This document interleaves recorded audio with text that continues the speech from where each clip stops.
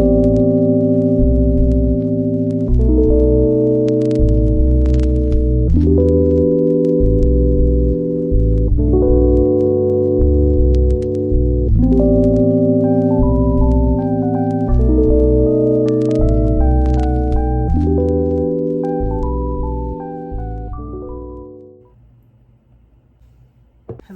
and today I'll be talking about Hope is Lonely, a series of deeply moving and melancholic poems. The themes of these poems center around womanhood and history, birth, death, family, politics, the tumultuous nature of life itself. I'm very excited to have this opportunity to review some of the various poems written by this amazing author. Now, though this book review is for Hope is Lonely, in my copy of the book, there's a section on a croaker and a chopping board. And I must say I did love many of these poems, so I will include one or two of them as well at the end, just to expand more on some of this beautiful poetry. Even if I'm not chosen for any of the grand prizes for this competition, I will say I really enjoyed reading this poetry, and I look forward to exploring more about Korean literature, culture, and history coming up. Now pour yourself a cup of tea, sit back, and come along with me on this journey through the mind and the heart.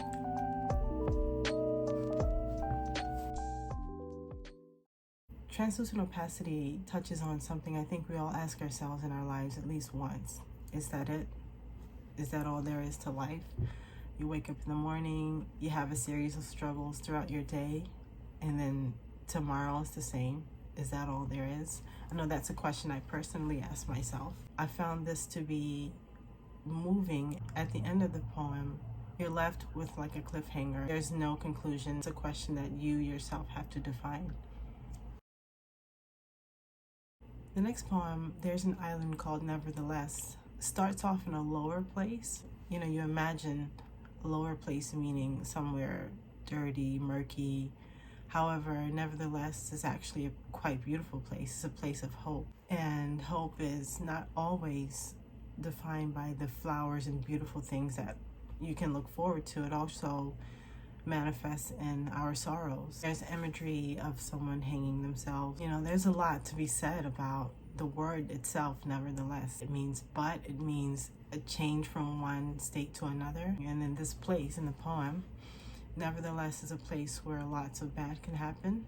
Lots of beauty also happens. It can be a place like heaven. It's a mysterious place. This poem is full of imagery. It's full of what ifs. It's full of hope, and it's full of ugliness. This is life. She does a really great job of describing what it means to live. Avant-Gardist is probably my favorite one in this whole collection because it describes someone who goes against the grain, who is fearless, and someone who wants change and who's willing to fight for it with all of their heart and with their lives. She brings up the theme of butterflies, and butterflies being full in the bodies of the avant-gardists. Those butterflies to me signify just dreams and hope for change, and how avant-gardists accept the hardship that comes with their lives, and they'd rather live and die for their cause than to become an actor. An actor, I think, in this poem signifies not just someone who acts on the big screen, but also in life. Actors for your job, for your family, you know, we have different faces in life, and avant-gardists approach acting as being servile or something that holds them down. So the ideology here is fierce and full of fire, and it's as if the fate of avant-gardists is just to die, to be killed. In 4 places throughout the poem, it talks about avant-gardists being shot and killed, going away. They live with a lot of passion, and ultimately they make history because they are not afraid to push the envelope. And I think the most beautiful thing about it all, about avant-gardists and their butterflies and their fire and their fierceness, is just that it's natural. It's not something that they're acting or putting on. It's something that is from the heart and they're living through every day. The word arirang seems to be full of meaning that can't be defined in just one word.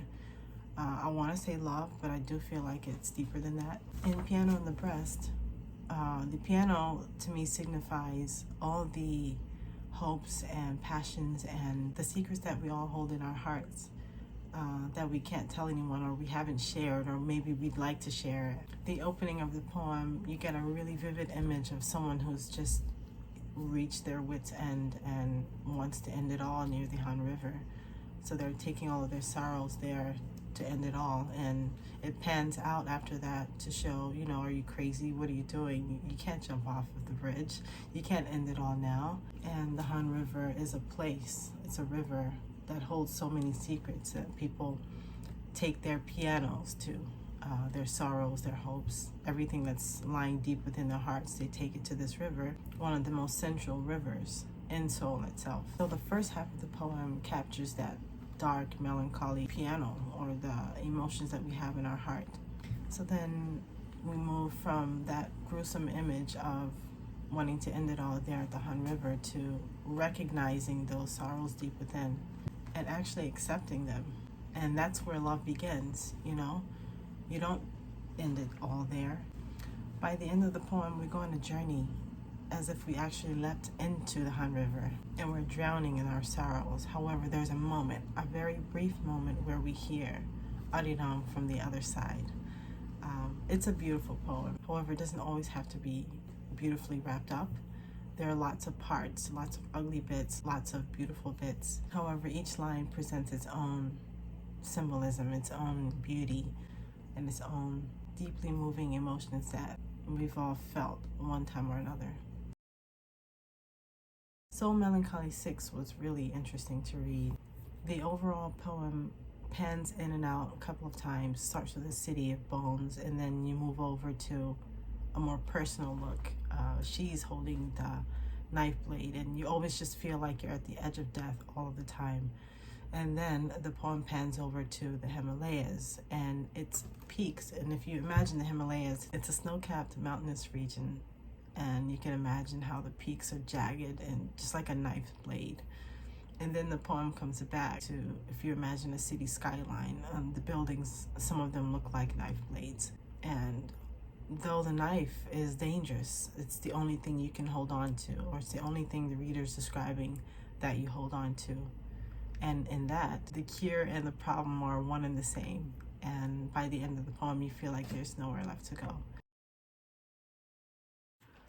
Soul Melancholy 9 was another one of those poems where it's rich in imagery, and the subject of the poem has many different meanings. For example, Arirang in her previous poem had double meanings, sometimes triple meanings. It could be love, it could be sorrow, the knife blade. Now we're talking about a bird, and the moment you hear the word bird, you feel like you're thinking about a bird. Me personally, I thought about a raven. However, it can be any bird in this case. Basically, a bird just parrots back what you tell it. A bird with no soul. It just repeats words that it's being taught without actually knowing the meaning. And then the meaning of the word bird changes to us. Like, we are almost being raised in a world where we are taught to parrot back things. In school, we're parroting back the knowledge. The society would benefit from having a collection of birds that doesn't think too much, that can basically follow commands. By the last third of the poem, the bird's meaning changes yet again and develops a soul. So the bird develops soul in soul. And the bird here is being distinguished from a parrot. The bird develops their own mind to think with. Something the parrot itself could never emulate. And it actually kind of shakes you to the core. It makes you look at yourself and ask yourself where you are in your life, like where you are in society. What are you taking in? What are you parroting back out? It's eye-opening to sit and ponder these kinds of thoughts.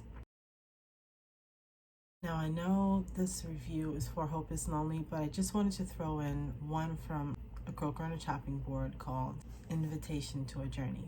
There were several that were my favorite. This poem urges you to experience that unknown feeling in an unknown place. Unknown language, unknown food. Unknown is good. Waiting for an unknown bus is good. It's like you get to appreciate the feeling of being unknown, surrounded by all of the comforts that you have in your home country.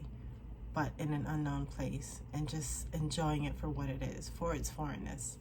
And it's also unnerving because it's unknown to you. It's uncomfortable at times, but there's beauty in that. It explains how your ignorance actually decreases the more you get to know this unknown place. And that hopefully makes you a better person.